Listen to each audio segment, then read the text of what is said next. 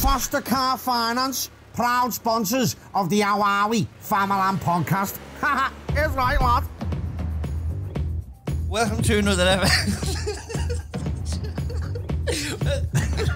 Welcome to another episode of the How Are We Famalam podcast. How are we, Famalam? Doing great. So looking forward to this today. It's going to be a good laugh. I was telling Frank about the name of the podcast yesterday. He's having it. How are we, Famalam? How are we, Famalam? Famalam. So we're trying to start this thing. So it's like, sorry, we've only got 3 mics, by the way. Okay. Yeah. And so it's like, we say How Are We Famalam, and you say How Are We Famalam. How are we, Famalam? Smashing Famalam. Oh, good, mate. How are you? All right? How are we, Famalam? Oh, I'll see you back to you. How are we, Famalam? It's catching on. Well, that's it. We want all the kids saying it. I've got to be careful with this, man. Right, go on. I led the last one, so this is yours. Yeah, so thanks for coming on, lads. Appreciate your time. We've got Will Cranny and we've got Frankie Allen. We'll start with you, Frank, where you grew up and what was it like growing up for you? Same as everybody else. You know, you went to school the same time I did, about 8:30. 8:45. And it starts. Grew up in Old Swan, you know, Old Swan, yeah. I mean, yeah, it was great, you know, like anywhere else in Liverpool. Kind of like all the schools we went to, very much the same, much of a muchness. And it gives you a few advantages growing up in Liverpool. Especially when I grew up and started being a comedian. You're working out of town, you can see a big difference. You don't realise that when you've actually lived in Liverpool, you know, you can look after yourself when you go anywhere, because you're kind of fighting all your life, aren't you? Who's the, you know, the cock of the school and all that and everything. And it's a bit different in a lot of places you go to. They're a bit more laid back. So it's a bit of an advantage once you start working around the country, different places. But yeah, lived in Old Swan. But from Old Swan, went to Wavertree. Moved to Wavertree from Old Swan for tax reasons. And then actually moved up here in Kensington ever since, you know what I mean? So that's scary, Kensington. It's different houses in Kensington, lived there for 20 years. The last few years just moved up to Norris Green, Broadway, yeah. But my heart's in Kensington, really. That's where I want to kind of... Called Ella Green now, days, isn't it? yeah. Ella Green. Ella Green, yeah. Is that what they call it? Yeah, it's gone all posh now.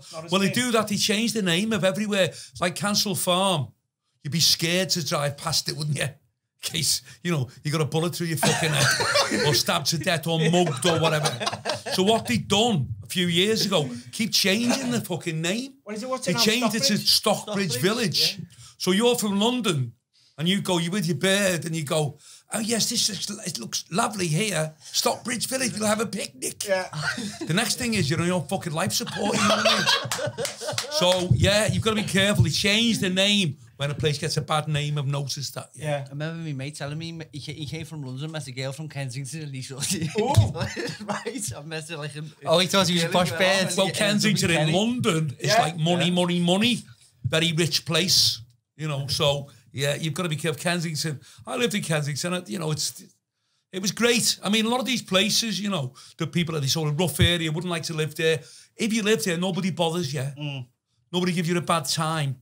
And if you're on your own, if you live alone, I've always lived alone. If you're on your own, they're great places. If you're kind of like bored, go out at 2 in the morning. The kebab shop's still open. The shop's still open. You can speak to people. People are walking the streets. You know, like 4 o'clock in the morning, you'll see someone eating. Your wildlife about. I've seen people in Kensington eating an ice cream at 4 in the morning. You know, flip flops on, and there's all kind of play from. It's like dead cosmopolitan. Walking down the street, and I used to walk down, and you would have thought you're in Mexico. You know, you saw all the people were there. A lot of people used to come out at night. Yeah, because you wouldn't see them in the daytime because they weren't strictly legal, you know what I mean? So they'd come out at night and they'd just walk to the corner, you know, with their eyes all over the fucking head in case then walk back, you know. And the most you'd get out of them, you know, I used to say to them, how you doing? They go, okay, you know, and like sneak back in and stay. Probably, and fellas who are on the toes, you know, fellas who the police are looking for, you get a lot of them living there and they're just living with the birds. And with them, all you'd never see them. Even at night, you know, because the warrants are out for them. So all you'd see every now and then, especially in the summer, you just see the window go like that. And they're looking out the window like that, you know. But if you let on to them, they go pull the window back and go back in, scared to go out. Yeah, probably thought you the probby man. What about yourself, Will? Did you go to school at half 8? Half 8, 8:45, yeah, similar time. No, my mum and my dad have not been together ever. Well, no, we were for a Kind few of, years, yeah. Yeah, but I'm an only child, so that's kind of like what the score is with me and my dad. But so I kind of grew up between the North End, Crosby that way, and where he's from, Kensington. Well, it's a strange thing, really, because I've never been, you know, I've always kind of lived alone, been on my own, and I always thought I was adopted, you know. Anyway, my dad died last year. He was in Fazakali Hospital, you know, and my sister had said something to me a couple of years ago about I was adopted. I said, I'm going to fucking find out, you know. So when See, I don't know if it's a joke or not, so I don't know whether to be... Anyway, my dad was in a bad way. He was in a room and I only had the oxygen on him, you know. And I thought, fuck this, I'll find out, you know, because my brother used to say things like, oh, you're not really me brother, and all that, because they're all blonde, you know. Anyway, I walked on, my dad was lying there, you know. I took the oxygen mask off him and I said, can I have a word, Lung Chow?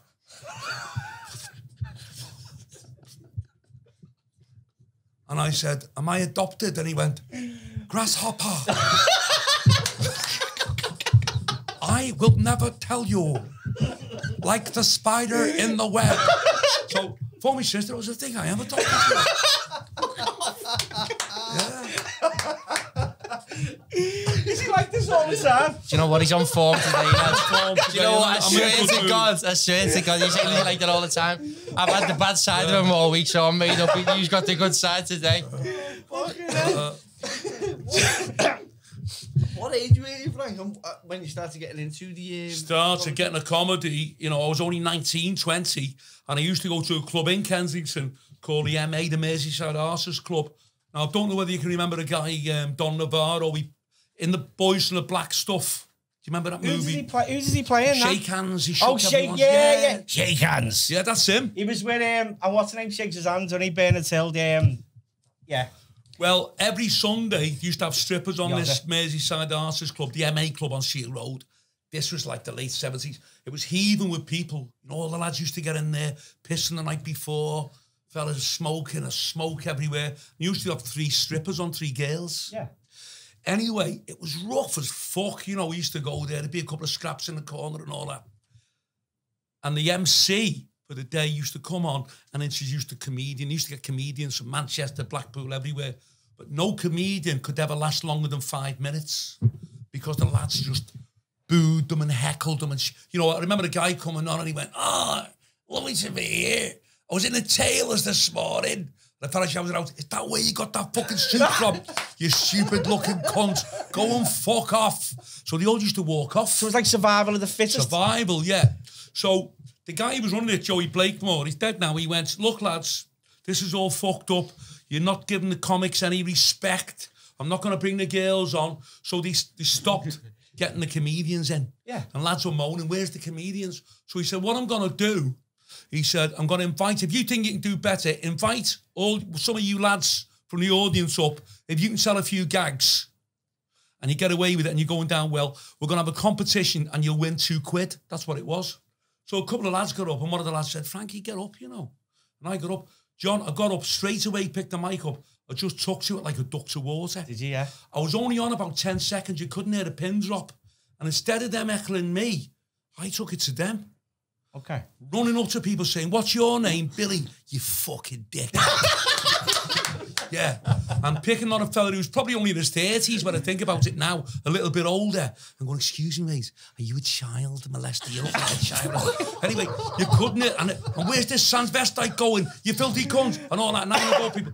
So I kind of, you know, really took to it. Yeah. And so Don Navarro, who shake hands in the Boys in the Black Stuff, he came in the dressing room, well, he came in, it wasn't in his dressing room, should I say, came in the club, and he said, Frankie, can I have a word with you? So I said, what is it? He went, oh, I said, fucking hell, he said, I'd like to start you off giving you gigs on pubs and clubs. And I only had about 10 minutes of material, you know. When was this?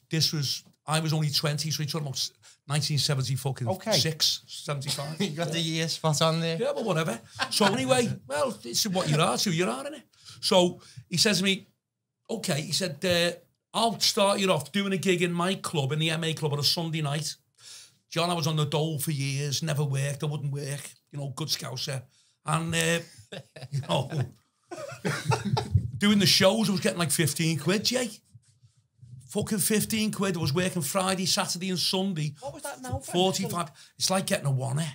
A lot. Like getting a one-er. So I'm doing 3 nights a week. All the little gigs were in Liverpool. In the end of the 70s, early 80s, you always had in the social clubs, in the clubs, 3, 4 or 5 acts on in one night. Yeah. A singer. They were booming, John, booming. 400 or 500 people in the club. You couldn't get a seat. Full of smoke. Everybody was out in the 70s. Everyone was out every night. It was like New Year's Eve. Everyone had loads of money. Everyone was working. So what they used to do with me, when one of the bands was stripping down, taking all their equipment down, I'd go on in between the band and the next singer. Okay, just because there was 10 or 15 minutes in between. So the MC would come on and say, look, we've got a young kid here. He's only 19, 20. He's starting his all that business. Put your hands together, Frankie. So all you had to do 10 minutes anywhere could do that. And it went on. Some of the places at the time didn't like me because of the language, the blue stuff. You know, and I learned how to be clean. It could be clean in some places. Oh, wait, at that point, you were doing impressions as well, weren't you? It wasn't just stand-up. I started off as an impressionist, really, yeah. Did you, yeah? Yeah. John, just like Who yourself. did you I've done a lot of the guys, you know, I used to do Cliff Richard. And I used to come out, I used to get the collar, because he kind of like a holy guy and a holy man. Yeah. I used to get they always had a fella on a keyboard in these clubs to play some hymn music. Right. And I had these glasses on. I used to come out and go, and I go, Cliff Richard, I used to go, hi fans, I want to say hi to all my fans. And yes, somebody actually sent me a letter bomb this morning. I opened the letter bomb and it went puff. All that kind of stuff, yeah. And I had some great impressions. I had 40 impressions.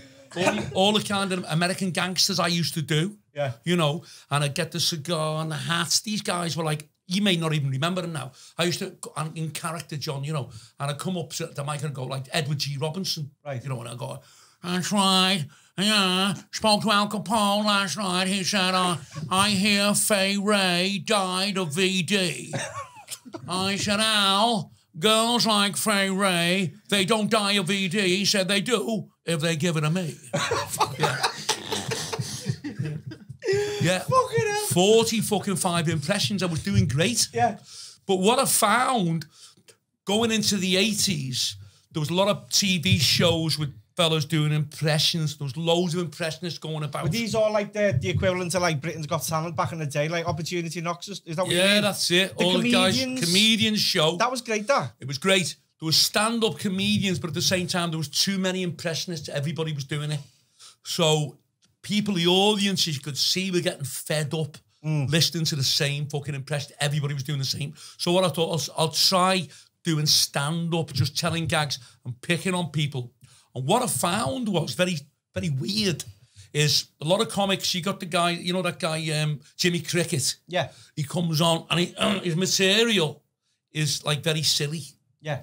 But he gets laughed because of his character. Yeah, he's sheepish, isn't he? He's taking he's vulnerable. But I found, purely by accident, the worst, offensive, most horrible thing that I say, the bigger laugh it gets. Yeah. So I used to walk out and say to people, how old are you dying cunt? You should be buried alive. The horse is waiting outside, you cunt, with the glass case to take you to Springwood. You're getting cremated at 3 o'clock. Don't be drinking whiskey. You'll see enough spirits next year. You dying bastard. You're fucking finished. Dying bastard. Get on the Liverpool pathway. Get on the pathway, you cunts. Get your family on the blower. You're on your way. Now, the more I done that, boom, boom, boom, boom, the bigger laugh I got. Now, how strange is that? Whether it suits me, suits my character. And I thought, I'm on a winner here. But it's dead interesting is that you used to go to this bar on Shield Road, you say this pub, and the comedians used to come on and he used to give them the height of abuse. But then so you learned by doing that almost, and then it changed. John, I was one of the lads who, I used to boo the comedians and heckle them. That's what I mean. Yeah. So you flipped it. I flipped it completely, totally, 360. And I thought, I remember a guy coming, this fella, big baldy fella from Blackpool, and he come on and he could see he was nervous, you know, and he went, you're all right, you know, you're all right, lads, we'll have a laugh here. So I just went right behind me mate's back and shouted, fuck off, you fucking dickhead. And he went, right, who's that? Then he just went to pieces. It was a bit cruel of me then. But then when I flipped it, it worked for me the other way. That's fucking mad, that, isn't it? Yeah. When did you first, is that when you first realised you were funny, or do you feel you had to learn to be funny? Well, I've always skittered at people, having a go at people, you know what I mean? I don't think people are born funny. I think it's something you learn as a kid. It's something you learn, you know, you can learn out your timing, you can learn. Yeah. But what you don't, your impression is brilliant, John. It's the best I've heard for an awful long time. Oh, nice. Fantastic. But it's something that's kind of, what's the word? You're born with, I think. You can't learn to do impressions. I think when you're a kid, like, I think with me, I don't know, I think I was like the fifth kid. Yeah. So I think instead of being naughty or instead of being aggressive, I think I sort of learned to be funny to get the right attention of people. Or you seek because you've been kind of ignored as a kid. Yeah. So I think I used humour. Same as me. I had a very bad home life, and my mother ended up, in a home for battered women. Yeah, even they give it a fucking good hiding, you know. But you're a fucker, honestly. You go to listen to you and go. You know what I mean? So I missed a lot of the affection, as I say, especially my dad used to always going back to Hong Kong and things. So I missed a lot of the affection. And at school I'd come home, fucking rice all over the hallway. So it was fucking terrible, So I was like, got blanked. So I was looking in school. I used to play the fool in school, looking for the attention and the love that I didn't get at home, And that's where I think you learn to find your place in, like, the dynamic. I think by being there. It took me a long time. I started to realise when I was about 15, that my family, every time I come home, they'd moved, and my mother used to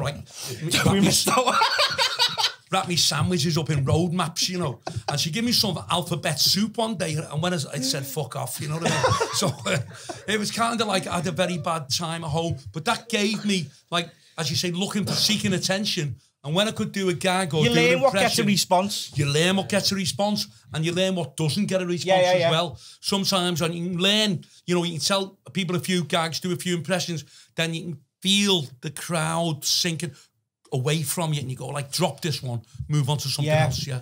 See, like, I've never done it before, but I'm doing this stand-up thing. Well, it's more of an act, really, and I'm doing it in April, and I've never done it before.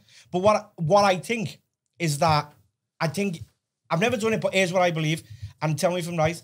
I think you feel the energy of the audience. Is that how it works? John, I've done it for that long. I'm talking about 44 years. I've done it a hell of a long time. Yeah. Now, I can tell you, always get a good indication, because you get the address of the club that you're working on.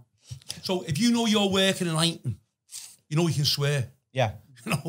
You're going to be lucky to get home without a black eye. So if you're working in kind of like Walton Village or Liverpool Formby or somewhere, you've got to watch what you say. Right, okay. At the same time, you've just hit the nail on the head. Instinctively, just like a boxer getting in the ring, seeing his opponent and going, fucking hell. You've done it. I'm gonna have a hard time here. You just pick it up, don't you? So it is like a boxing fight, if you like. It's like a boxing fight, because you can go out in the first round kind of thing, first 5 minutes, knock someone out, or you can win on points. Yeah, okay. Or you can think that you're winning, then at the end of your act you can die, you can get no laughs at all, and walk off feeling embarrassment, which you could make a parallel with kind of like being knocked out yourself after knocking your opponent down. So I always, when I walk in a club, I know straight away I can pick up the atmosphere for the crowd, and I kind of don't alter the act. But with some crowds, I don't want to have a go at certain places or cities, but I will. Yeah. If you're going to Wigan and you're going to Blackburn and Burnley, you've got to do it a bit slower. Whether or not they can't really get on your accent, or whether, they are a little bit slower picking up things. Where the cities, you'll find Manchester, Liverpool, Newcastle, Birmingham, a lot of places, Liverpool's very quick, as you know, John, I don't have to tell you. They pick up on you very quickly. Anything you say, the laughter comes before you finish the gag. Yeah. But if you're doing kind of like somewhere Wales and Scotland and all that, there is a little bit of a delay. Yeah, but that's what you're talking about. Frank's talking there about what most of your career has been, which has basically been an unknown comedian. Yeah. What you two have both got to your advantage now is you're selling tickets on your name. So people are going, they're already invested in you. Yeah. So and you sort of say you hit the ground running with that. 100%, you're already invested. As soon as you come out, I mean, Frank will tell you there's a stark difference between going to a Frankie Allen show now or what it would have been 2 years ago. Yeah. Because if they already love you, right, and they're already going, fucking hell, we're going to see John, the John May show, go and see Frankie Allen tonight. you get in there, so you could pick the mic up. You only have to say, like, is this switched on, wouldn't you? Yeah, I know what you mean. Themselves. You've come to laugh. 100%. You've done it yourself, haven't you? Way back when, yeah. He was very good, you know. I hate talking about it, though, yes. Was yours natural or was yours learned? Not at all. Literally, so obviously there's two different styles of comedy, and the in vogue style of comedy now is going out and telling stories and telling things that are observational and what you've picked up on, you know, very American inspired. Whereas what my dad's style of comedy is basically telling a joke, which is a punchline gag, which is not in vogue now, but it used to be like the main cool thing. Yeah. All it was when I come out of university, I wanted to set my own business up and I didn't have any cash flow. So I was like, right, okay, what am I going to do? Am I going to get a job to be able to do that? Or am I going to be able to do something else in order to set my own business up? And he said to me, look, I'll get you on stage with me. Go down the clubs. He said, I'll write the script for you.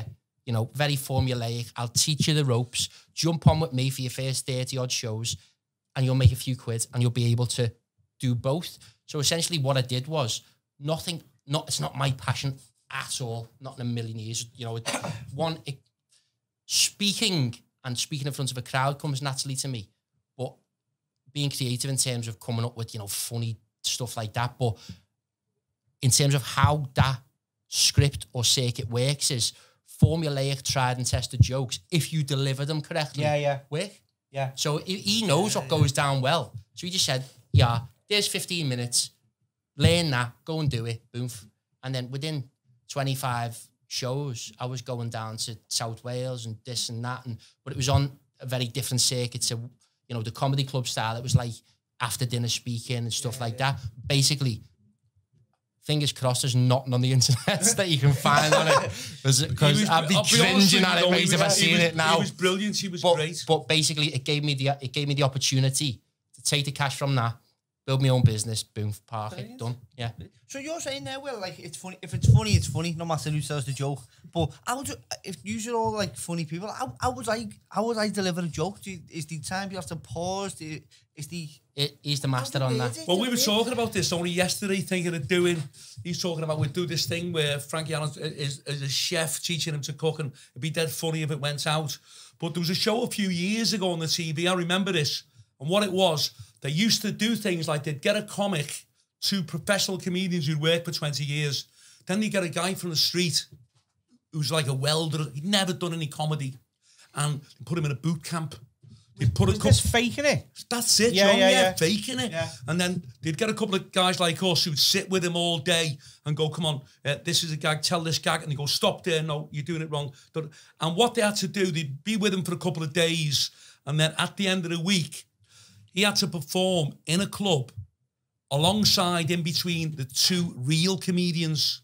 And people in the audience had to vote, who do you think was the phony one? Mm-hmm. And some of them actually, you know, some of the comedians who've been doing it for 10 years, they got pointed to. Said, no, he's no good. We like the second guy, who was the fella who was like just off the street. Yeah. So that's what I've done with Will. The very first performance thing he ever done, it was on a comedy club in Manchester, wasn't it? Yeah, don't name the comedian that we're talking about. No, I'm not going to name him. It was quite snide, to be fair. Basically, I have got no idea. I wasn't even into comedy at all. I'm still not my bag. It's not my thing. So ages ago, he said, look, get up on stage. I went down to Manchester to one of I think it was the Comedy Store. And there was this fella, and he was hosting the show. He's quite a well-known comedian. He's hosting the show. And my dad goes, get up, do 5 minutes. Here's your act. But my act was basically his act, right? Okay, sound. So it gets up on stage, and you have to, like, these people will put, it's like a gong show. So if they put a card up in front of you, then 3 cards and you're fucked off, basically, right? So you got to do 5 minutes. That's horrible, isn't it? Right, yeah, okay. But so what a way to learn, though, do you know what I mean? Yeah, fair play, though. Yeah, you know, yeah, it is what it is, and you go, fuck it, right? But there's all these comedians coming on like, yeah, hi, yeah, you know, I was out walking this week and blah, blah, blah, and all the rest of it. And I got up and I was basically just doing a copy of my dad's act. Yeah, just like young lads, just like proper, like, you know, deadpan, but like, you know, taking the piss out of people and that. But it wasn't taking the piss out of people then. It was just the formulaic 5-minute jokes, basically. Yeah. This fella gets on the mic as an MC. It reminds me first ever time I've ever walked on stage in my life. And he goes, excuse me, these aren't your jokes. You haven't written these. What it was, and let me just stop you there. He went on with this material that I knew would work with any crowd. So as he goes on, he's doing this material, bringing the house down, Johnny. He was doing well, yeah. Hang on, let me finish. Well, he's bringing the house down. Now, he'd had a couple of these comedians on before him, which he just kind of like, you know, this, oh, yeah, have you ever noticed when you go into a shop and you ask for a bin bag, one of them says, oh, yes, they're over there. And you go, yes, I'll follow you. And they're all just fucking total dickheads. You know, this alternative comedy, I fucking hate it. Anyway, so he goes on, so he's bringing the fucking house down. Yeah. So the MC, who's like an alternative comic anyway, he's on the TV, this guy. He didn't like it. So he grabs the other mic and goes, where did you get this material from? That's not your material. Well, John, I fucking kicked off. I snarled. So he was a little bit threatened by you? Oh, yeah. No, look. Well, he was. He didn't like it. Hold on. Why was he interfering? Yeah. He had no right to interfere. Give me a sec, okay. Etiquette within that comedy circuit is that you don't tell jokes that have been told before, okay? Yeah. Within the social club circuit, that type of circuit, everyone can share jokes. They're free for all. Yeah? You tell them in your own way. Much like you tell jokes in the pub to the lads. You can say, you know, bump, and who tells it better than the other? So you're not there to be creative. You're just there to make people laugh. Exactly. Yeah. Yes and no. Yes and a bit of both, right? But so I jumped up and I've got no clue. That's the etiquette. I've got no fucking idea. I'm just telling these jokes. So then he goes, he goes, these aren't your jokes, blah, blah, blah, et cetera. And I just went, yeah, I usually work on my own, you know, mate. And turn back round. I've got a big laugh with that. Yeah. It was great. But it was only because I'd seen me dad do fucking, you know, hundreds of shows. So just picking up bits off that. But then he fucked me off, basically, this fella. You know, did he recognise it was your dad's jokes?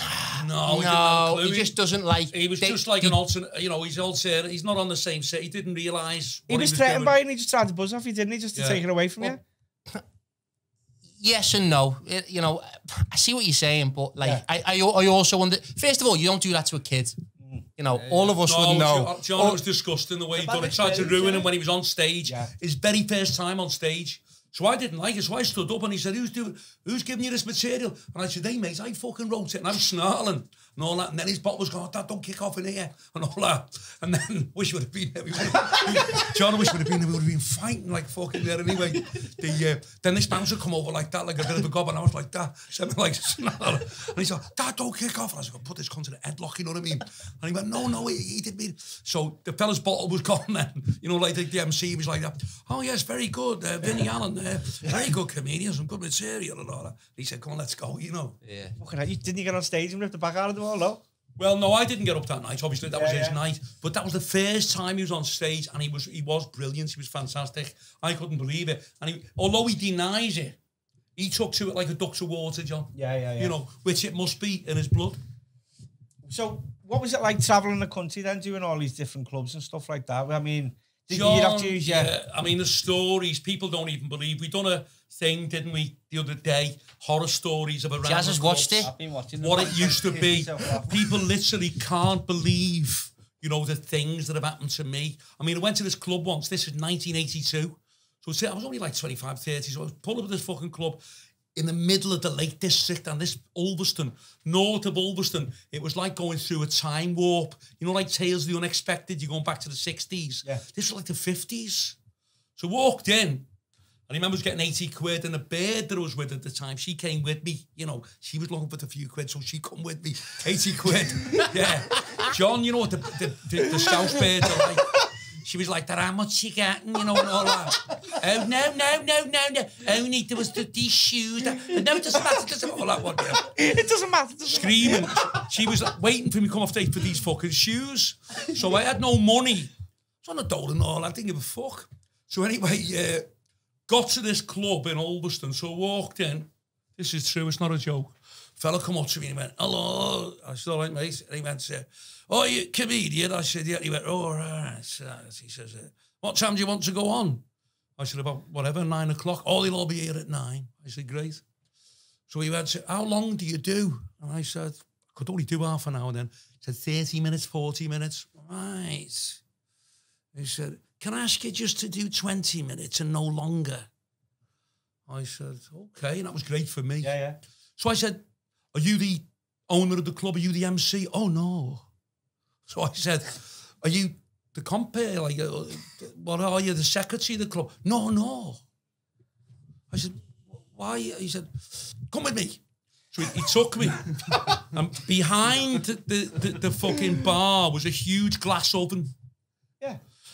What it is, he said, Frankie, we've had comedians on here and they come on and they say to me, you know, they'll be off in 20 minutes and they stay on too long. He said, I'm the pieman. I've got black pudding, peas, fish behind that fucking glass oven. Now, I turn the glass oven up, turn it on about 9 o'clock. Gas mark 4. Sometimes comedian comes off too early, they're queuing up, finds a fucking freezing.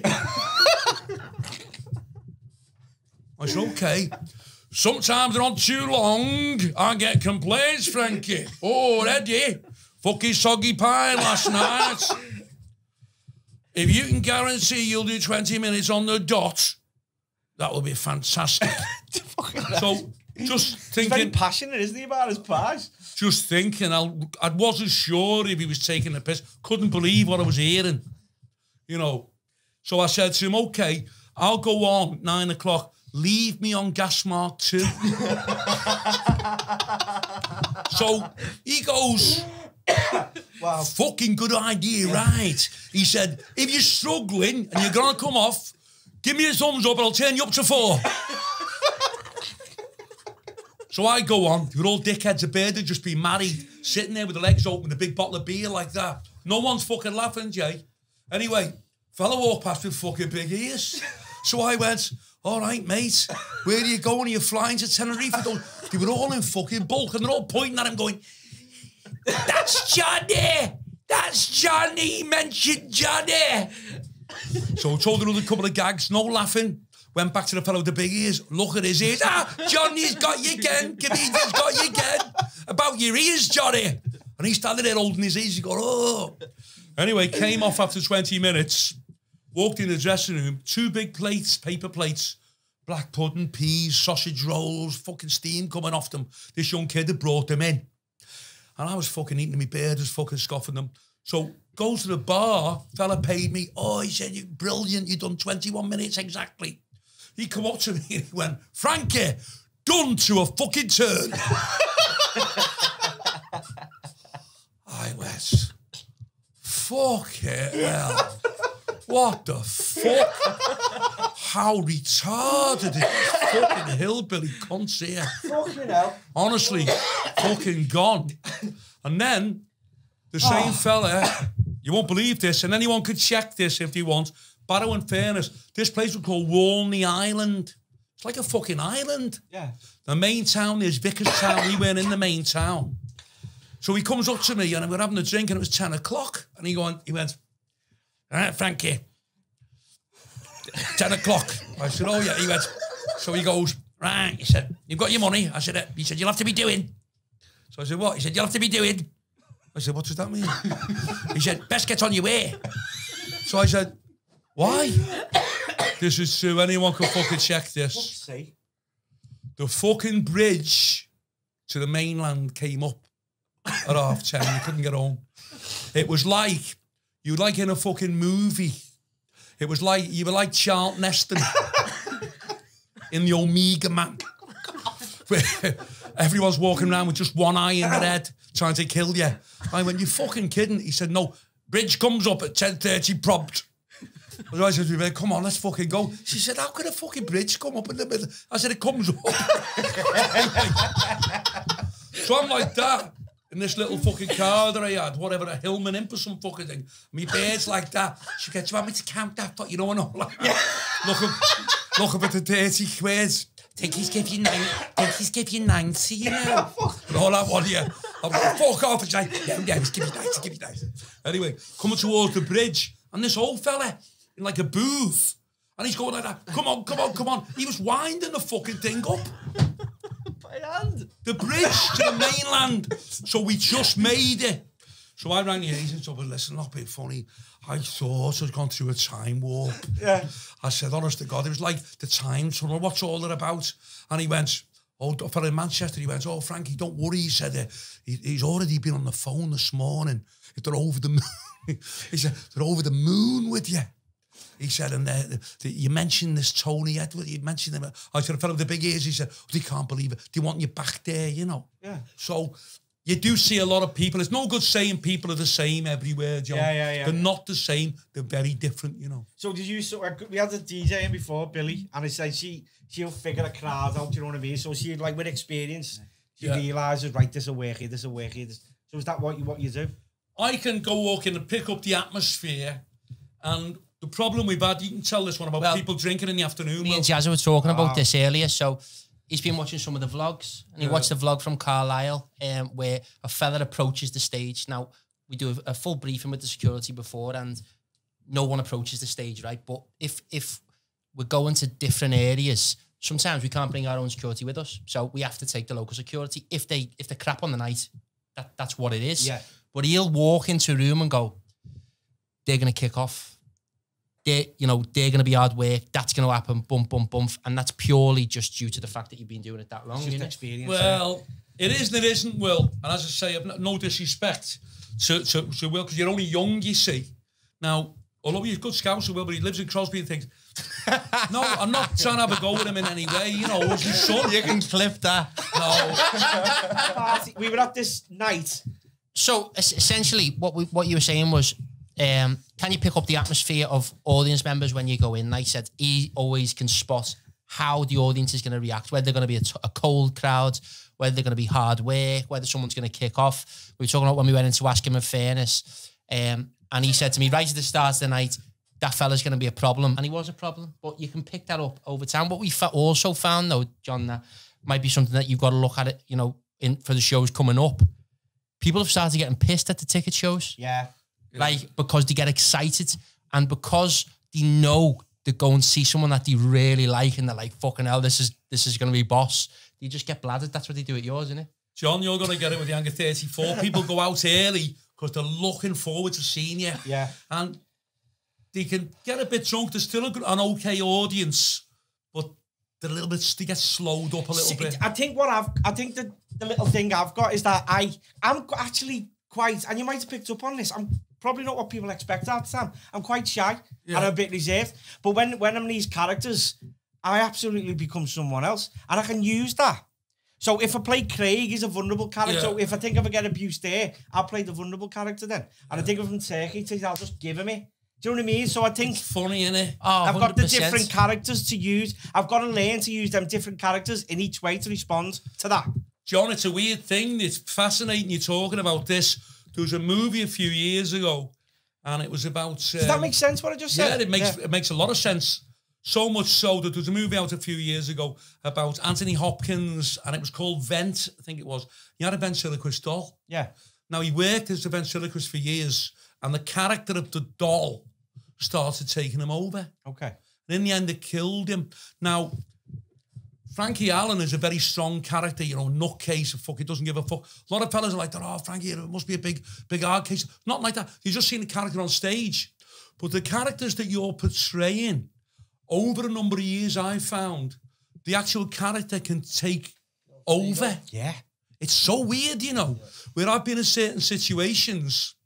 I was with a mate of mine once. So people start to use their character to their advantage as a coping. Do you know what I mean? Oh, check this out. You'll say, you'll admit this, won't you? You feel more comfortable as Frankie Allen than your normal self. Very much so, yeah. This is the protection I think I'm going to have. Totally. Yeah. I was speaking to this bird on FaceTime, right? Yeah. Blah, blah, blah. And like, I don't know, I'm too fucking nice, right? Yeah. So I'm too nice with this bird, blah, blah, blah. She's a little bit cocky on his FaceTime and all that. And I go over, mess him, put Turkey on. Turkey. She goes to fucking bits. Because Turkey's a cunt. And women love getting seated like shit. Yeah. So I put this fucking wig on, and then she was like fucking putty in my fucking hands. Do you know what I mean? John, those characters so I'm using Turkey to get what I fucking want. Ends up banging it. Really? John, there you go. Your character can take you over. I hope Karen doesn't fucking take me over. This is what I have to come back of fighting on the TV fan, come into my house and I have to change my personality because my kids don't know me as the fighter. Because you become an alter ego of what you are. It's like a coping thing. I don't know what it is. It's a kind of like Jekyll and Hyde thing. Like a Jekyll and Hyde. Now, I won't tell you my second name, but it's a weird name, my real name. But my name's Martin, you know. Yeah. And Martin's like, you know, just like a very normal scouser, but very inoffensive and, you know, not really what you'd say, oh, you know, he's got a fucking handful. He's like a very quiet guy, you know, Martin was. But a few times I've turned into Frankie Allen, you know. But I was in a car with my mate once, and we were sitting, and he went, in Kensington, and he went, see that big fat cunt over there? I went, yeah, he's a twat, him. I said, you're joking? I said, why? He said, the other night, I said, he gave me sister a belt. And I said, you fucking kidding, what for? Nothing, she said something, and he just slapped her across the head. And I went, haven't you pulled him? And he went, oh, no, you know, he's fucking heavy duty and all this, you know. And I went, that's Martin, you know. Yeah. I went, oh, fucking hell, look at the size of him, you know. And he said to me, fucking hell, it's a shame you're not on stage. It's a shame Frankie Allen's not here. They must have set something off, you know what I mean? I just bounced out the car, walked to him, went like that, what's your game, lad? Yeah. Like that. Fella's bottle went. Yeah. And he went, what do you mean, what do you mean? I said, hitting birds.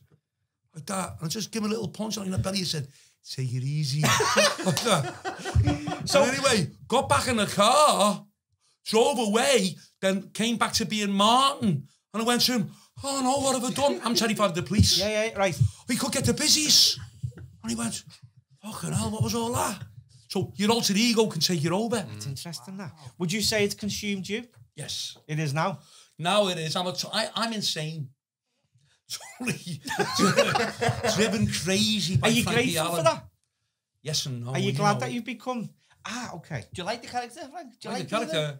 I mean, to be honest with you, I've had a lot of trouble around the clubs over the years, fighting fellas and been jumped, been filled in a few times, you know. People don't realise, have you any trouble in the clubs? A lot of these clubs in England, a lot of places in England, if you're from another city, you know, especially I used to do all the stag shows in the 80s, all strippers, it was all men, all pissed. In the 90s, all beefed up, and they get very aggressive. Now, my act is aggressive. Yeah. So it's red rag to a bull. So I can't say that I've had no trouble. I've always kind of got away with it in the end. I've never really... It's your act, though, isn't it? Well, it's an act. Don't turn up unless... That's what you expect. It's what's on the bottle, on the can. People must be petrified of you. Well, they are, you know. Yeah. Nobody buzz off it now. But it's a different situation from when you're known to when you're unknown. If you're unknown and you get booked through an agent and it's like go into this corporate show and there's all these old fellas sitting there, you know, and he goes on and it has to be clean, which is not in his nature, you know, because that's not what you find funny, is it? Well, no, that but it doesn't translate. Work for me. Yeah. If I walked out on stage like a normal comic, and I've done it, I've tried it, but I'll get a bigger laugh if I walk out on stage and if somebody walks past and I go, look at this big fat cunt. What's that, you fuck? Oh, fuck off. Go and sit on those two chairs. You want to fuck? Oh, I get a bigger laugh with that. But I know that that's what you've learned gets the response. From me? Yeah. But there's a guy in Manchester, Johnny Wager, a comedian. Anyway, what he'd done, he approached me one night and he went, Frankie, been watching you on the clubs and all that. You've got a great act, he said. Now, I've seen you walk out and say to someone, you're a paedophile. And I said, yeah. I've seen you hanging around children's playgrounds. How does that get a laugh? I said, well, it gets a laugh. I said, because of me. So people know it's only a laugh. So he went, right. He said, do you think I could do it? I said, it's up to you. So he said, I'll try it. I said, okay. So he goes on the Highfields Tenants Club in the Swan, you know, off Queen's Drive. 3 strippers on, all male audience. He walks out. Says to the fella at the front, you're a paedophile. I've seen you hanging around children's playgrounds. The fella put him in Broad Green Hospital. Wow. Walked right up to him and banged him and broke his jaw. So why does it work for me? Yeah. Strange, isn't it? Yeah. Why did he take offence at someone who's not offensive saying it? Yeah. Why did he laugh? And when I go, oh yeah, hey mate, you know, what's in your computer? You know, I told you that Bouncy Castle had been taken down. And all that. You're on the register. You know, you've got a, and I go, you know, you've got an electronic bracelet on your leg. Fucking explodes if you go near a pet shop, you dirty bastard. And all that. Why is everyone laughing? Why doesn't people go, stop this right now? This is all that. Phone the police. It must be something about your image, you know. And even I don't know, though. I bet if you just turned up and no one knew who you was and you were brutal like that. Yeah. Like Ricky Gervais done it in the Golden Globes. He just come out and was brutal as fuck. Yeah. And it was like, Everyone's like that because it's a similar thing. Not really, because he's safe, isn't he? Well, no, he's shot himself. But he's done it on purpose, though. He's sabotaged himself on purpose. He knows what he's done. And in effect, that's probably going to make him even more successful. But that's similar to what you do, innit? I'd say. And I say with yourself, John, this is what I think. Remembering the impressions I do. Obviously, your voices are brilliant.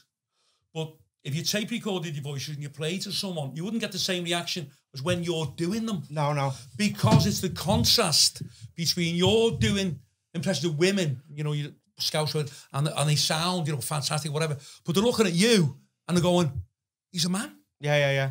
And he looks like a bit of a tough lad, you know, and you can see he's weight, and they go, so it makes them laugh. Yeah, that's the contrast, I know what you mean, yeah. Because it's, what's the word, incongruous, it doesn't go, the voices don't go with the way you look. Yeah, okay, so that makes it twice as funny. Yeah. But part of that is, go into character. Part of that at the same time is, you actually find that hilarious. You find going out on stage and savaging someone in that way. You enjoy it. And that's what makes you laugh. So if you're coming out and that, I love that's doing comfortable. It, but the audience do get mixed up. Now, when Will was working, he doesn't like me talking about it, working as Vinnie Allen, the comedian, he was great. Now, he came out on stage, but he had this personality as though he was like a real kind of like... scally kid, and he was a grafter and what. That's just the image that seems to come across. You used to get fellas ringing him at 4 a.m, didn't you? Like, Larry, you're carrying. And I used to go, what are you talking about, mate? Yeah. And then, but what my dad's saying is basically, in some senses, they get mixed up with the stage persona. You know, people can't differentiate from that. But as a full circle, when you were talking before about, has that consumed you, as in, has Frankie Allen consumed Martin? I see what you mean. You feel, if someone said to you, right, Martin goes and Frankie Allen lives 24 hours a day and you don't have to ever associate yourself with Martin anymore, would you do it? Yeah, because it's kind of taken over. Even my own family now, the only people who call me Martin, and I've tried to stop them. I don't want that anymore. I've become Frankie, you know. I mean, as you say, that people get mixed up. It's strange, weird, interesting. Yeah, very interesting. I've had people phone me up. Not so much now for it, but it was a few years ago. I had fellas phone me up. I had 5 fellas in 1 year phone me up, and a fella went, all right, Frankie. I said, all right, mate. So-and-so forgive me. He said, listen, lad, I want to see you. So what's up? He said, this fella been seeing me sister. He's given her a belt. You know? Oh, yeah. Tell me and what... they've gone, there's a couple of grand there, Frank. Fucking hell. You want me to do someone in? Because they see you as a comic and think you're a fucking gangster. Yeah. Tell us what Martin was like then. Martin was kind of like, how would you describe Martin? Martin's still there a couple of days a week, like. Grumpy. I don't get on with him at all. So this it's no. Is Martin more shy? Oh well, more shy. Is that Martin? So it's on Frankie now. Frankie now. So yeah, here's a prime example, right? Okay. So we were on the way home from a gig, and my dad hates like filthy stuff. Right, you know, like stuff to do. If I said like shit or something, that turns his stomach. So I was taking the piss playing a podcast of Naked Martin, right, and you know, and all that, and he was going mad in the car. The filthy bastard, blah blah, eating a sandwich with shit. What the fuck and all that, going crazy about it. And then I said, "Oh, I'll put a video up taking the piss. What you said about Naked Martin. This is on the Saturday, right? Yeah. I put it and." You know, he's replied and he just said, I'm really sad that you don't like me, right? But we were just having a bit of fun. It wasn't like... Martin replied? Yeah, Naked Martin replied. So he said, fucking hell, would you mind apologising to him for me? You know. That was Martin. That was Martin. And I was like, are you taking the piss? Like, do you know what I mean? But that's kind of like the total stark contrast between, you know, and as I said, you feel more comfortable as that, and that's great, isn't it? But good that you can recognise that, though, Frank, because a lot of people don't recognise that. A lot of people don't recognise it, but the more you do it, John, the more you put your character, it will gradually, very slowly kind of take over the person that you are as John now. You know, you'll always kind of have that somewhere, you know, back to be able to flip into that zone. I've got about 6. You've got 1, I've got fucking 7. What Jazz is saying, he goes in a boxing ring, and as you said, you're very different, aren't you, when you go... And when would you say the changes when you're actually in the dressing room or before you go in the ring? It takes me weeks to go into it, Frank, so I have to go Yeah. into camp. It takes me 3 or 4 weeks to get into that. And then you're getting in that. I have to deprive myself of Yeah. the quality of life to become angry. Yeah. To become Really, that yeah. person. And then it takes me a few weeks to wind back down. So I go back in the house, daddy, I'm just like that. Oh, need to kill That's someone, insane, you know what because I mean? you even messaged me, I'm didn't you? very And said, angry. John, I might become a little bit different, blah, blah, Yes, blah. yes. So you do it then, don't Takes you? me a while to get into it. One thing I wanted to talk about, Frank, was dying on stage. I was laughing my head off the other day. Not laughing at you, but I can imagine it's horrendous. Tell us what it's like. Some of the stories, as I say, one of the stories, don't hear it, John, very funny story.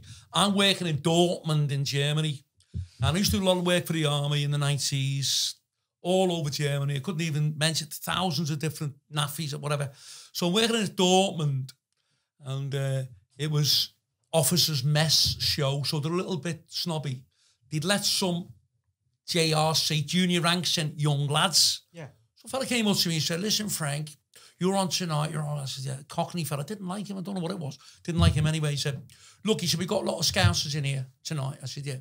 He said, some of them have problems with drugs. I said, okay, you know, and they've had to go to clinics in Germany, smackheads and all. I said, all right, why are you telling me? So he said, just don't mention drugs, that's all. You can say what you want, you know. I said, okay. Mention, you know, our thing, our DSO and all. He's an Indian. I said, no, don't do stuff like that. But anything you said, don't mention drugs. Okay. I've got a gag that I used to use, and the gag is, my brother ran into the house with a bunch of cannabis in his hand, chased by the police, and he put the cannabis in a cuckoo clock. The police searched the house, couldn't find anything. And when we were leaving the house, it was 12 o'clock. The clock struck 12. And the cuckoo came out and said, hey, man, it's the midnight hour. Yeah. Funny gag. So I'm going on, getting a few laughs. Everything's okay. So I went, yeah, all the kids around our way are on drugs.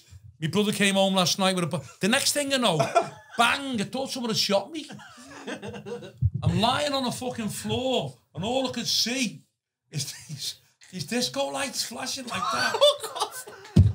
God, honest to God. And I could see this bird's leg. I said, what the fuck You is just this? took me that place, you know. And I've gone. So I looked up, and this fella, and he's hitting me on the head like that. His face is like that, and he's going, I told you, I distinctly told you not to mention drugs. So I'm like that, it's a joke. Anyway. So they all dragged this guy off me.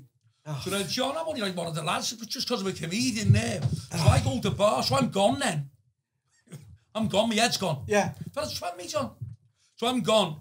So I'm at the bar and I went like that, give me a double brandy, give me the brandy like that. So the next thing is I'm like that with my shirts off and all that. Let's go. Like that. Look over the fella, come on. So they're holding this fella back, he's an officer in the army. And he's going, and he's trying to get me. So come on, where's the arcade? Yeah. And then they said to me I was supposed to do the Saturday night there. He came up, a fella came up to me and said, he don't want you to do the Saturday night. Go to your room and don't come out till he picked up and taken to the airport on Monday. So I was sitting in his fucking room, no telly, hairy fucking blanket, just a wardrobe, nothing to eat. Yeah. Because if I would have gone to the Naffy canteen, they all would have been there, would have been murder. So, John, I've had, honestly, the trouble I've fucking had, you literally wouldn't believe, you know. How'd you come back from that, having these experiences? You just got to put it behind you and just crack on. I had trouble in Bolton one night. Or will you put yourself in an environment where you'll know you'll get your confidence back up? John, it's like anything else. It's like, you know, the only kind of analogy I can make the same as Jazzy. Yeah. He can have a fight. If he loses a fight and he's in a kind of like bad way and all that, he doesn't go on retiring. You've got to have a little bit of, you believe in yourself, a little bit of kind of conviction in what you're doing. And I went on like for 40 years getting nowhere at all. Booed off, shoved off, thrown off, paid off. A lot of places, if they didn't like it, didn't like what you're doing, whatever you were on, they just say, listen, here's half your money, fuck off. And a lot of places, very threatening, you know. So I always kind of believed in what I was doing. I knew it was funny and I knew there was an audience. Yeah. And there is an audience there for me. Yeah. You know. I think with social media and that now, it's like people come to you, don't they? People who like you will be drawn to you. Do you find that? Yeah, and I've had a lot of experience working in very rough places. Where I've been lucky, they say God works in mysterious ways. Where I've got my experience now, say the 80s and the 90s, because I used to swear a lot, the agents had like the stranglehold on all the clubs then, wouldn't give me any work. They'd only give me work where no other comedian would go. Okay. Where, like, for instance, an agent rang me up and he said, Frankie, I've got you on this pub in it's a restaurant, but it wasn't a restaurant in Speak. I went, that was the Flying Sauce, said rough as fuck. So I get in there, I was on with this Elvis Presley tribute. This is another of my stories. Fella from Birmingham, he had the Elvis suit on, and he came up to me and in the dressing room he goes, Frankie, I don't like the look of this, pal. And I said, what do you mean? He said, this is rough as fuck. And I said, it'll be all right. He said, no, he got petrol bombed last night. And I said, no, it'll be okay. Don't worry, they'll all be sound. And they're all on the beak, everyone's snorting in the audience. So I went out, fucking no window in it, right? Looked out the thing in the window, hundreds of dogs walk, packs of dogs with all the tails up and all that. Sprayed outside on the wall. Franny is lifed up and Eddie Dunnery's a grass and all that. Fucking rough as fuck. So I'm in the dressing room with this Elvis Presley impersonator and he goes, Frankie, now, mate, I'd sooner go home, mate, I'd sooner go home. Walk me to the car park, walk me to the car park. I said, it'll be fucking sound, don't worry. So I went on. Anyway, I went on okay. So next thing is, during the interval, I'm at the bar, fella comes up snarling, and he goes like that. What's happening with Elvis? Like this. I said, what do you mean? He's doing Elvis Presley. Came in before with a suit on. I said, yeah. Looks like a busy lad. I was, oh no. I said, he's not in the police. He's not in the police. He's from Birmingham. All right, lad. He said, just letting you know. He said, came in, he said, he's got busy shoes on. I went, oh, okay. I know what I went like that. So we came out doing Elvis. They're all heckling him. I'm in the dressing room waiting to go in the second half. The manager comes in and his bottle's gone, someone would be kicking off and he was a big lad. And he went to me, all right, Frankie, he said, will you go back on for me, lad? I said, yeah, I don't give a fuck, I'll go back on. All right. I said, where's Elvis? He said, he's fucked off, he can't handle it. So as I'm talking to him, I could hear, Frankie, help me! I run out of the club. There's the Elvis fella in the full Elvis gear, getting swung around the car park by his hands like that. And the fella's trying to fucking hit him. These three fellas. Yeah. So the manager ran out with him, with me. I won't mention his name, but a well-known family from Speak, you know. And he went bang, twatted this fella, the fella goes down. Fucking poor Elvis. So anyway, I jumped on, I have never had a big punch. So I jumped on this fella who had the lad from Elvis, the lad from Birmingham. Got him in a headlock and pulled him off. So he jumped in his car. So the fella pulls the money out of his pocket and he gave me like too much money. He went, yeah, Frankie, here's your money. Fuck off now. All right. So my car's at the end of the car park. I'm with the fella doing Elvis who's trying to drive his car. He's shaking from head to foot and he's going, Frankie, I can't drive. I can't drive. He's still on the Elvis. He looks like Elvis Presley. So I started laughing. I said, you're all shook up. He went, no. He went, Frankie, it's not funny, it's not funny. And we're driving out and he's going, someone's pulling me bumper. So we look back and this like little fella's like semi-snarling. He's going like that. Like that and he's going, hey mate, you're doing the best thing. Got knocking on the window, that one. You're doing that. I went like, you're doing the best thing going home, lad. I went like, all right, yeah. So we drove away and I remembered I'd left my car in the car park. So we just had to go to McDonald's, drive around, and he was going like that, no respect to you, Frankie, but no wonder it's got a terrible name. He said, I said, well, he said, the city of Liverpool. He said, never again, never again. I will never drive past Liverpool ever again. I said, fucking that. I said, I've got your money here and all that. It was destroyed, you know. Yeah. And he took me back an hour later, picked my car up, But by doing that, you know, working in rough places, there was an agent used to book a pub called the Sandon in Anfield. Yeah. Had, you know, and it's Sportsman's Dinners in the 90s. And he got these two comics on all the time. And on a Sportsman's Dinner, which is a very easy crowd, lovely crowd. When the bank holiday came, the pub downstairs, the Sam Dodds, rough as fuck. The afternoon was chocker jammed with all kinds of fucking killers. I can't mention the names, but you know the lads used to go in, fellas snarling, all mad scrubbers coming in, fellas selling bits of meat, heaving like the match. And I had to go on, standing on a stool. I remember going on and saying, yeah, me dad, and a fella went, hey, mate. Is our fella just size? And then he's snarling. He's going like that. Fucking knock every tooth out of his head. And all that. And then this girl's going, no, Billy. All that one. He's 72 the sharp.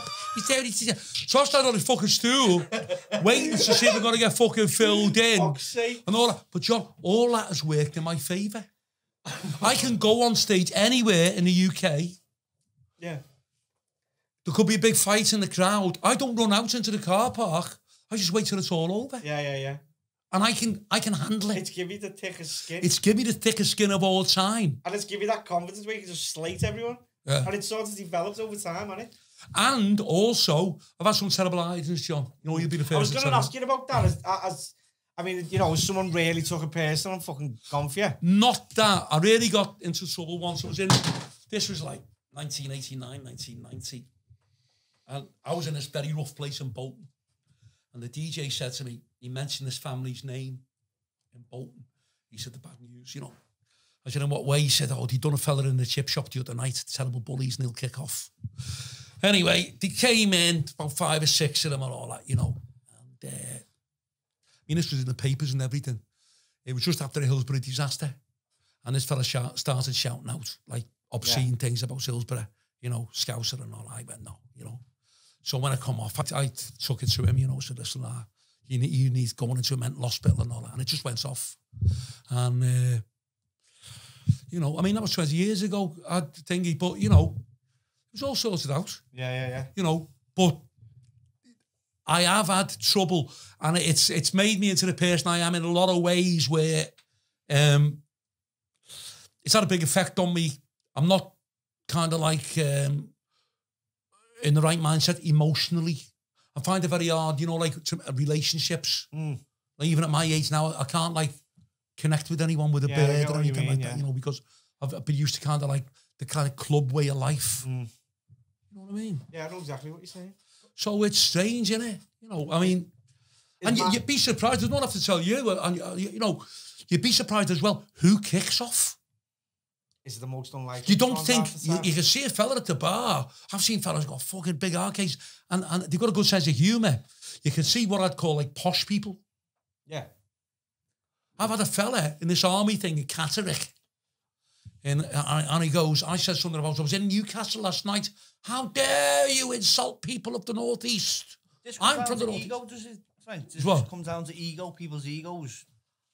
What do you think, Will? I think part of it is if you are unknown, they've got no respect for you. So you could go into you can go into an an atmosphere where people are like, well, who the fuck's that? You know? So they've got no, even if you're doing the exact same act. I mean, you could go on stage now in front of 500 people and probably do a worse performance than you would have 3 years ago standing in a pub in front of 10 people, and people would love it. Whereas people might be sitting in the pub going, who the fuck's this? Turn the back on you and have a pint. Yeah. Now, You know? now do you have people like pick me to pick Oh, me? 1,000,000%. Yeah. A 1,000,000%. You know. She has a look at you, fucking world champion. Now, fellas must have gone like that. He's only a little fella. And trying to like pick on you. Yeah. What a mistake. You know, have you had that? Fellas going, oh, hey, la, you know, and all that. Being weird with you. Like, sometimes, yes. Yeah. But obviously, they don't know your capabilities. I think it was, I don't know. I think sometimes if you're small, you get left alone. Going to the future now, Frank, and this is where you're doing your thing together. So, like this, what I'm interested in, Frank, how do you cope, Frank, with this, the social media side of it? and this is just Will's like it seems natural to you, Will, but as times changed, do you know what I mean? Well, yeah, I'm an 80s man. I don't even understand the way, you know, I, like, when the initial video, somebody filmed me, Derry Matthews' mate, it was that filmed me, was he, in Barry's Bar on Father's Day 2017. Somebody rang me and said, have you watching a video of you? Then I rang Will up and he said, yeah, there's a video out. And I said, do I say anything weird on it? You know, and he went, well, I said, get it down. Then he went, I can't get it down. It's like a million people have watched it. I went, but I didn't realise that. What does that mean? It means nothing to me. I'm not like a... Yeah. It was always my dad's prerogative to get on TV, because if you get on TV, you know, we were talking earlier, John, people come to you now, people come to your social media pages and they find people organically who they actually like without being force-fed it. And it's always been the tradition of you get force-fed XX and X and you can pick from those people. When the initial video goes viral, his website had, because I'd set it up just so he could maintain it himself. Anyone comes on the website, there's your personal line, Frankie Allen, phone number, call me for bookings. Just that simple. Literally, mate, like one page, just like in with a mic, call me. Just personal line. So it gets like 3 million views in a week. Next minute, his phone just explodes. But he's like picking up like this little like burner phone, like a Nokia, going like, yeah, all right, mate, yeah, do that for the one for you, no problem. And I'm going, no, we need to sort this out. So thankfully, the project that I was just working on had finished. And I saw it as kind of like once in a lifetime thing. Like it's very, very rare that somebody goes viral with a video whatsoever. And in a period of 2 weeks, there was actually 2 viral videos that went out. So I just thought, right, opportunity. And my prerogative has always been, and still is, if I can turn Frankie Allen into a theatre performer, at that point it never dies. Because if you've gone out and done a UK tour in front of 500 to 1,000 people, even if you have a huge fall from grace and you don't maintain things and everything goes pear-shaped, you can still make a really good living. This is exactly what I'm saying. It's like, it's all right me doing videos on Instagram. Fucking great. And that just makes me an Instagram person. Now I've got the opportunity to do these live shows. Yeah. And unless I can prove myself there, I'm just a fella who does videos on Instagram. Yeah. I need to get there. I think, and I need to prove it there. And that's, once I'm there, I'm in a different realm then.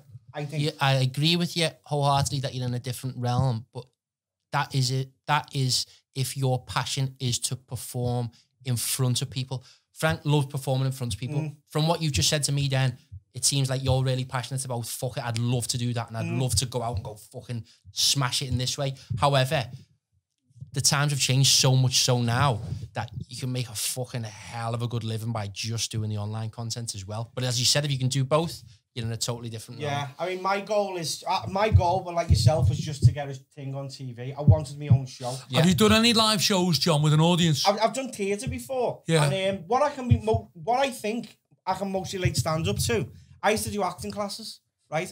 And I started my own acting class, and I swear to God, I've never been so fucking nervous in all my life getting up in front of these people, teaching them. Because what do I know? Am I worthy to teach these people? Yeah. Anyway, so I got up in front of these, and I got over it. And what I learned there, Paul Smith Joker sort of made me realise this, is what I learned there. Once I was in front of them people, I had control over them then. So I can either make them laugh, or I can either be serious, or blah, blah, blah. But either way, I had that control, and that's the energy. And I think that's what I need to do when I get on stage. You won't feel nervous or anything in your characters? No, I won't, no. You won't? I do believe I'll be okay. Have you got yourself ready, John, with regards to script, kind of what you're going to do? I've got an outline, yeah. I haven't packed it all out yet, but I pretty much know what I'm doing, yeah. But no, you'll smash it, look, But that's what I mean, but my goal was to get on TV and have a show, but my goal now is to get on TV and have a show, but do live shows. Live shows, fantastic, and John, there's nothing better than hearing people applaud, hearing people clapping and kind of like laughing. It's fantastic. Yeah, because I think here's what social media as well about me. I've always been to every audition. I've been there, I've been this. And I've tried so hard as an actor. I know it's only since lockdown I've started my own little thing, and then people are coming to me. So I have created my own show in a sense. 100%. Do you know what I mean? My dad has literally just started getting onto this, and it must be 2 years later, 2.5 years later or something like that. And he said, well, you were on Opportunity Knocks, weren't you? In 87, Which is basically, as you said before, the equivalent of Britain's Got Talent then, you know, huge big deal. And at that point in time, there was no social media, so you couldn't bring people to you.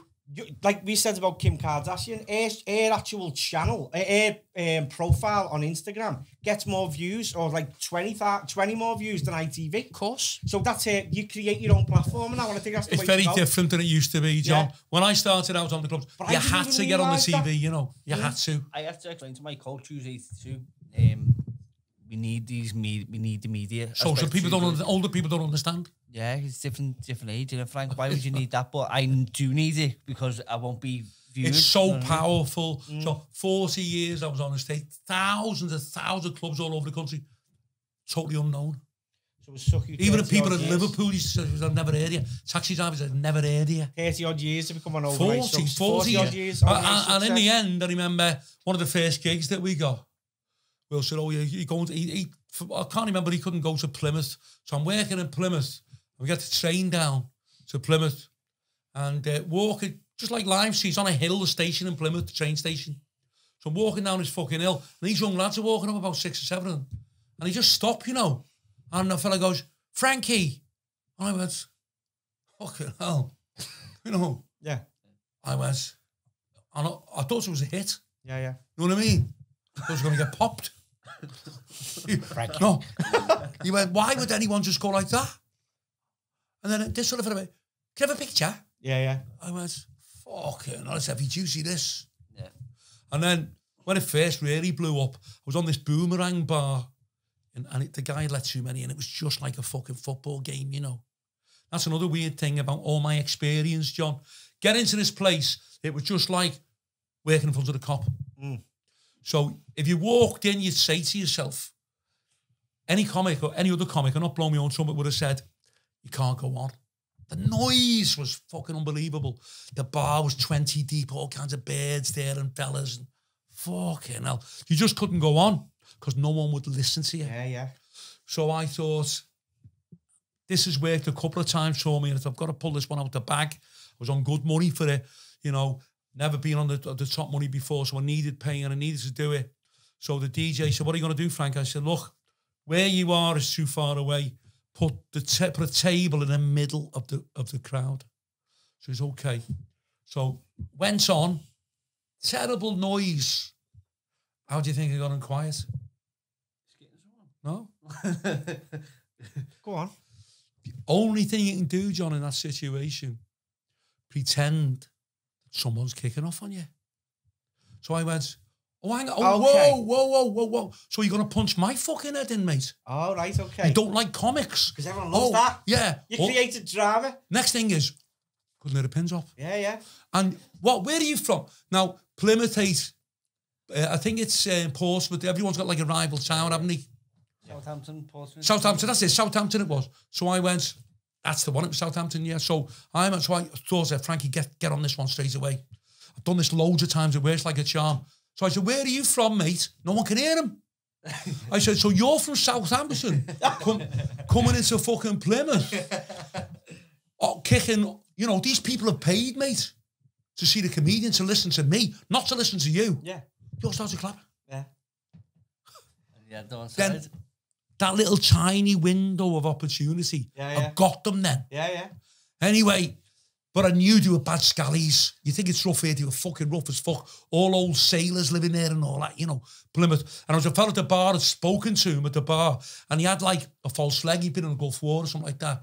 But his leg looked like all tin cans for some reason, like a prosthetic leg. Looked like a load of tin cans glued together. Yeah. But I knew, just like you know, instinctively what punch to throw or better back off here a little bit. You just know, John, you know what voice to do. I'll drop this one, I'll do it. I knew instinctively. The fella was walking past and I told Frankie, the only chance, I'd got them, you know, the only chance I've got of keeping them with me is just to fucking go for it, you know.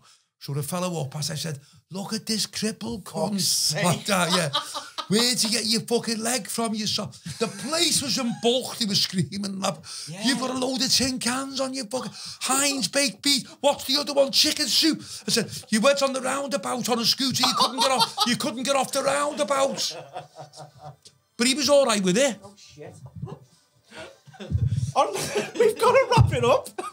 Wait, Yeah. What's that? Is at the end? Yeah, we've got to wrap it up now. So what I'm saying is, all the experience I've had of having the wrong end of the stick, with people throwing me into places, other, like real kind of like bad places. Yeah. You know. No, it's like so I can handle it. It's like you've had to be hardened and hardened over time.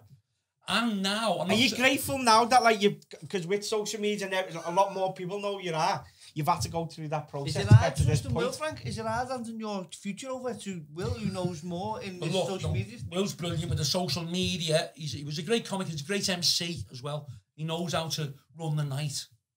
And all the stuff he does over like the phones and all this, you know, but I don't understand any of it.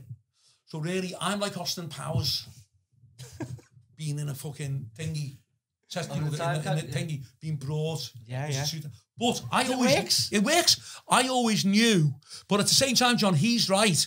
I couldn't have gone on stage 2021 as a comedian from the 70s with an old suit on and a bow tie. He would have said, oh, look at this old twat, you know. But because we've got a very young support comedian, because he's young and the way that we project it, and because I've got like, don't look me age, and I've got like a young attitude as well. Yeah. Get away with it. And there is an audience out there for it. People, these young lads, John, because they've only been sad, because they've only been used to alternative comedian, which I don't like, TV comedians, observational, look at it. I knew it was always there, but it skipped a generation. Yeah. You're an old school comic, aren't you, I suppose? But that's modernised it, That's all it is. Modernised basically, exactly as you've just said. It's all well and good being an old school comic, but you couldn't go on, as you've just said, like an old school comic. But I'm not an old if it's polished. I've got a lot of old styles yeah, about me. I tell good gags, but I'm picking interacting with the audience. I'm kind of like, you couldn't really say 70s comic. I'm very different, a lot of comics. But I always knew that there was people out there that wanted my stuff. I always knew at the back of my mind, I said, no, what I'm doing is not wrong. And no, there's not. And like the thousands of young lads that come to the shows now, and they've never seen it before. We done this show in Yorkshire, in Flixton. Anyway, I'm on stage, and I'm going, look at this little twat, he fell off a keyring. Hey, mate, no wonder your bird left you, you cross-eyed twat. You're that cross-eyed, when you cry, your tears go down your back, and all that. And look at this fucking bird. Oh, where's this scrubber going? Hey, love, Evil couldn't jump your fanny, you fucking scrubber. You need a good item. All the lads were screaming, laughing, and all that. So I come off. There's a fella lying there like that. He's about 17, never get with a pair of boots on. And I went in the dressing room, I'm looking out the dressing room, I could see the fella, and he's going, I thought, fucking hell, the fella's having like a fit. Fuck's sake. So I came out, and I should have come out to the dressing room. I said, everything all right? And this fella says to me, Frankie, you know what it is? He's in like this, he's never laughed so much in his life. Oh, really, yeah? Yeah, and he's gone into like this thing. And he was going like that. And he said, you know, when you came out and you were shouting nonce to that old fella, he said he just went like a thingy like that, and he went to this like thing where he was like choking. He literally couldn't stop laughing. Yeah. And then I've had fellas come to the dressing room, like, and even older fellas come to knock on the door, and open the door and he go, fuck off. Because they've been deprived of it for so long, you know what I mean? You can't go. Like me right now. They've been deprived of it. Oh, Frank, we're going to have to wrap this up. Before we do, where can we catch this, lads, and what's the future look like?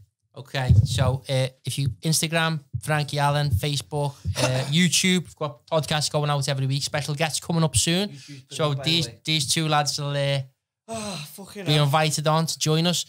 Jazz is a big fan of the YouTube channel. He's been watching it. I'll let you talk about that if you want. Yeah, it's brilliant. It's very much. Frankie and Will be doing where they go on the shows and documenting it already. It's called a vlogging, is it? Yeah, basically. We started it ages ago. It was like... Brilliant. And the podcast just do brilliant as well. Thanks very much. Basically, what we decided to do was document the process of every show that we go to. So it basically takes you on the road with us. So we start off wherever we're driving in the car on the way down. We have the support comedian that comes with us. There's a small kind of like cast group, should we say, of people that join us on different shows. It's a good laugh, innit? Fantastic night, you know. I mean, Will's brilliant. The way that he's all, you know, right from the word go, he says, if you're Frankie, give us your fucking phone. Don't use that number anymore. I'll get on it, you know. Because I was still kind of like, in the 80s and the 90s, fellas were going, all right, Frank and all that, could you come down to the comedy club and all that, and we'll give you the one. And I was going, yeah, all right. And he's going, no, fuck them off. We're only doing ticket shows now. To be honest, that was the hardest part of the whole process, because my dad's so old school in his way. He's very like loyal and like, you know, very scouse, like kind of like that old traditional values. Like he had a load of bookings in the diary, and all of a sudden it goes viral overnight. But he had 3 months of bookings that he wanted to honour. But I was like, oh no, we need to try and polish this up quickly. So we might do a ticket show somewhere where there's like 200 people on a Saturday night and everything's great, and there's a sound techie and there's, you know, support comedian and all the rest of it. And then the Wednesday night being like mould in like this old like little pub, like you know, it was weird. Just phasing them out. Yeah, we phased them out, but you know, at the same time, testament to my dad to stay loyal to those people. We've done that. But to be honest with you, I'm sorry now, John, because a lot of the places that we've done, I stayed loyal to. That one in Rill, we've done 4 times, had 4 jobs in for £200 fucking pound. And even when we were getting a couple of grand a night, I was still doing a £200 one, you know. And in the end, he like started being weird, didn't he? Remember the agent? That's interesting. People. What happens when you get success, though, don't they? Does, you know, fucking hell. Have you seen that? Has that happened? I haven't really had a lot of like people being. I had it a few years ago. One of the neighbours, you know, fucking. I got a tax. I think it was one of the neighbours blew me up and all that sort of tax. People do get jealous, you know, but I haven't really had that. It's just it takes a lot of getting used to, you know. A lot of times I'll be at the lights, or traffic lights, and you'll get normally young lads hanging out of vans, and they go, "Go ahead, Frankie." When it first happened, I'm going down Breck Road for my breakfast, going down Townsend Lane by where I live in Norris Green. Fucking vans beeping me like fuck, you know. And I went, I don't remember cutting him up, you know. The fella's banging on the thingy. Anyway, got to the lights. I thought, oh no, there's about 5 fellas in there. This is fucking bang on top, you know what I mean? And I phoned a mate of mine up. I said, listen, where are you? So what I said, I'm on Breck Road. I said, these fellas are snarling like fuck. I said, this is on top to do. Don't know what to do. And he went, you shut. Then he pulled up and I went like that. And I was ready and I was going to say, what's up, mate? And he went, Frankie! Did you find everyone's nice to you though? Yeah, it's to be honest with you, it's the same thing. You both have had it, you know. It's people treat you a bit differently, you know, than what they would have done if you were kind of like totally unknown, you know. In that crossover, Frank, a few times I've nearly said what, because I thought they were going to meet Stan, because it didn't, just in that crossover. Yeah. When they're looking at you as well, I do that. People pull a certain face, I think. Yeah. But when someone clocks you, they pull a certain face. Like so what do you mean? They just pull a certain face to go. The face. Are you on it? Face. Yeah, you know. When someone recognises me, they pull a certain face. Okay. And I know. I go, this one's just clocked. Yeah, buzz off it as well. He'll phone me up and go, I've just been clocked in the petrol station again. My dad shouts the loud, he knows you. The only thing I haven't had any fucking birds, getting like birds, getting on your kids. Do you want to shag turkey? Don't want to shag me. Yeah. But yeah, I'm sorry. I'm sorry we're going to have to wrap Look, up. it's been boss, thanks so much. I've totally enjoyed this. And like listening to you, it's like with me going to do this, I've even just speaking to you now, I've learned so much. John, I made us to meet the two of you, you know. I hope we stay good mates. It's fucking great to meet the two of you. Both legends, you know what I mean? I've just got Chase over there like that. Wrap it up. Wrap it up. I'm the last 40 minutes. So I'm anxious as fuck. Thank you very much for coming. Brilliant, massive thank you to the two of you, and yeah, good luck with the world title fight and good luck with the shows. Thank you very much. Nice one, lads. And thanks for having us. Thanks very much. Appreciate it. Thank you. Okay. Next time on the How Are We Famalam podcast, we'll be speaking to Martin Murray. Second world title fight. Second world title fight. Second world title. The second world title was the well, yes, God, Matt. It was the Martinez fight in Argentina. What was that like, Matt? Just like an experience I'll never forget, mate. It was amazing. It was he's someone else, him, like over there. He's like they did, like when we got over. my last fight, my fight before him, I fought on Rick Hatton's last ever fight. It was at MEN. I was on the same card, Matt. Was you? Yeah. Who did you fight? I went on after the bill. I was on live float. Was you? I was on live float, Matt. I went on after the bill because there was a flood in the changes, if you remember. Yeah, that's right. Yeah. It was a mad night. Yeah. Sorry, back to your story. Faster Car Finance provide a smooth, hassle-free way for you to apply for car finance and to get the vehicle of your choice. Whether you have good or bad credit, no deposit is required. A decision is reached within minutes, and one of our dedicated finance advisors will be available to discuss your requirements. Apply now at www.fastercarfinance.co.uk.